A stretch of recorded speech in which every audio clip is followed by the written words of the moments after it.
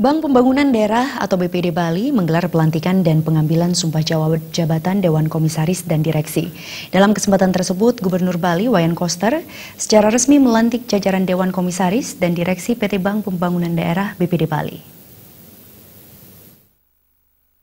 Jajaran direksi BPD Bali yang dilantik adalah Direktur Utama Inyoman Sudarma, Direktur Operasional Ida Bagus Gede Setiasa, Direktur Bisnis Non-Kredit Inyoman Sumanaya, Direktur Kredit Made Lestara Widiatmika, dan Direktur Kepatuan Iwayan Sutela Negara. Jajaran Komisaris BPD Bali yang dilantik dan diambil sumpah adalah Komisaris Utama Ida Bagus Putuanom Redi, Komisaris Non-Independen Wisnu Bawatemaja, Komisaris Non-Independen Nimade Dewi Suryani, Komisaris Independen Imade Sukada, dan Komisaris Independen Ida Bagus Wibawa. Direktur Utama Inyoman Sudarma menyatakan target BPD Bali sesuai dengan rencana bisnis bank akan segera dicapai. Sinergi antara BPD Bali dan pemegang saham akan dilakukan dengan sebaik-baiknya. Upaya kedepannya nantinya akan dilakukan BPD Bali adalah aplikasi teknologi dan digitalisasi.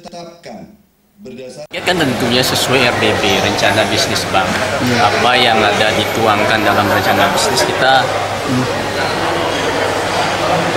akan rinci kembali dan kita akan capai di atas itu. Sudah ada rencana bisnis bank yang telah disetujui oleh OJK, kemudian juga telah kita laporkan kepada pemegang saham dalam grup. Itu yang kita patokan kerjanya. Tapi kita harapan kita adalah melebihi daripada rencana bisnis. Ya, sinerginya menurut beliau dalam setiap kesempatan atau rapat-rapat evaluasi mungkin 3 bulanan sekali kita dengan pemegang saham. Gubernur Bali Wayan Koster mengatakan jajaran direksi dan komisaris ini akan menjadi motor penggerak dalam mengelola dan membangun BPD Bali ke depan. Pihaknya juga akan secara rutin mengajak pemegang saham, komisaris dan direksi untuk duduk bersama sehingga bisa bersinergi menghasilkan kebijakan dan rencana bisnis yang berkualitas. Gubernur Koster mengatakan akan menggunakan pengetahuan dan pengalamannya untuk mendiskusikan bagaimana BPD ke depan bisa maju secara progresif.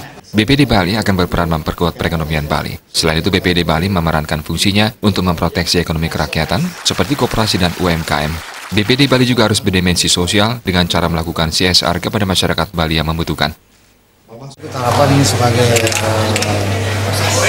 pimpinan yang bisa bersinergi, tidak saja antara direksi dengan komisaris, tapi juga dengan pemegang saham, agar betul-betul disinergikan untuk memperkuat BPD Bali.